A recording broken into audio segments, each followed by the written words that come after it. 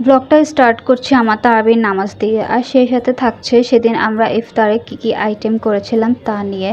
আসসালামু আলাইকুম, welcome to my another Ramadan series blog. Ramadan সিরিজের ব্লগগুলো দেখতে অবশ্যই আমি আশা করব যে আপনাদের ভালো লাগছে। বিকজ আমি ট্রাই করছি যে প্রতিদিন নিত্য নতুন কিছু করার এবং আপনাদের সাথে সেগুলো শেয়ার করার।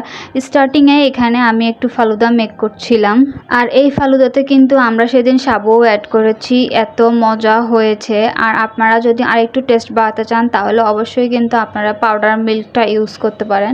তো সেদিন আমরা পাউডার মিল্কও ইউজ করেছি, যার জন্য টেক্সচারটা এত ক্রিমি আসছিল যেটা বলার মতো না।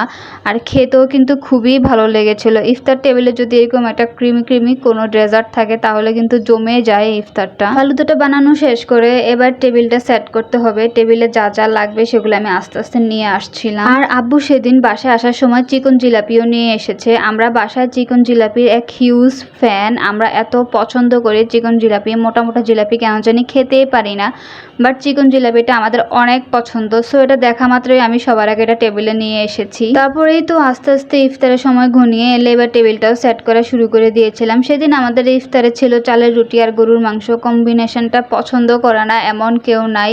সেদিন ইফতার টেবিলটা জাস্ট পুরো জমে গিয়েছিল, কারণ এত মজার একটা ডেজার্ট ছিল, সাথে গরুর মাংসের সাথে চালের রুটি। খুবই ভালো লেগেছিল খেতে। But as you guys know that যে ইফতার টেবিলে কিন্তু অত একটা খাওয়া যায় না। বাট যতটুকুই খেয়েছি আলহামদুলিল্লাহ, আর খুবই মজা করে খেয়েছি, তৃপ্তি করে খেয়েছি। এটাই আল্লাহর কাছে লাখো শুক্রিয়া। তো দ্যাট ইফতার করার পর একটু রেস্ট নিয়েছিলাম। রেস্ট নিয়ে আবার আমার সবচেয়ে বিরক্তিকর লাগে যে ইফতারের পরে এই প্লেট বাটিগুলো আবার সেগুলো ওয়াশ করা, ধোয়া, এগুলো আমার খুবই অসহ্য লাগে। সো কাজগুলো এখন করলেও আমাদের করতে হবে, পরে করলেও আমাদের করতে হবে। তো ভাবলাম যে একবারে করে রেস্ট নেই। তারপর সব কিছু ক্লিন আপ করে বেডে গেলাম। বেডে গিয়ে একটু রেস্ট নিলাম। একটু পরেই দেখি যে আবার তারাবির নামাজের জন্য আজান দিয়ে দিয়েছে। উঠে তারপর নামাজটাও শেষ করে নিলাম। ওগুলোর আর তেমন কোনো ক্লিপ নেই, কারণ ইফতারের পর শরীর একদমই চলে না। আমি তো খুবই এক্সস্টেড হয়ে যাই, খুবই টায়ার্ড হয়ে যাই। সো দ্যাটস ওয়াই আমি আর তেমন কোনো ক্লিপ নিতে পারি নাই। যখন তারাবির নামাজ পড়তে দাঁড়িয়েছিলাম তখন অল্প একটু ক্লিপ নিয়েছিলাম, কারণ আমার ইন্টেনশন ছিল আমি তাড়াতাড়ি নামাজটা শেষ করে একটু শুয়ে পড়বো, যেহেতু আমি রাতে কোনো খাবার খাই না, একবারে সেহারি করি। সো তারপরে এই তো সেহারির সময় চলে আসলো, আমি উঠে সেহারি করে নিলাম। আর সেদিন আমাদের সেহারিটাও জমে গিয়েছিল, কারণ সেদিন আম্মু চিংড়ি মাছ ভুনা করেছে, যেটা আমার অনেক প্রিয়।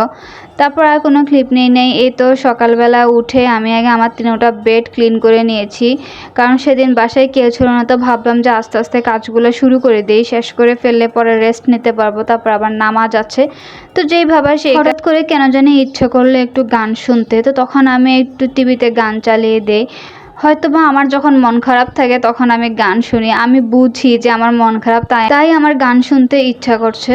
তো সেদিন আমি বুঝতে পারিনি আমার আসলে কী কারণে মন খারাপ। And guys, I am so sorry, কারণ আমার এই গানটাই অনেক ফেভারিট ছিল, যার কারণে ফার্স্ট আমি এটাই শুনেছি।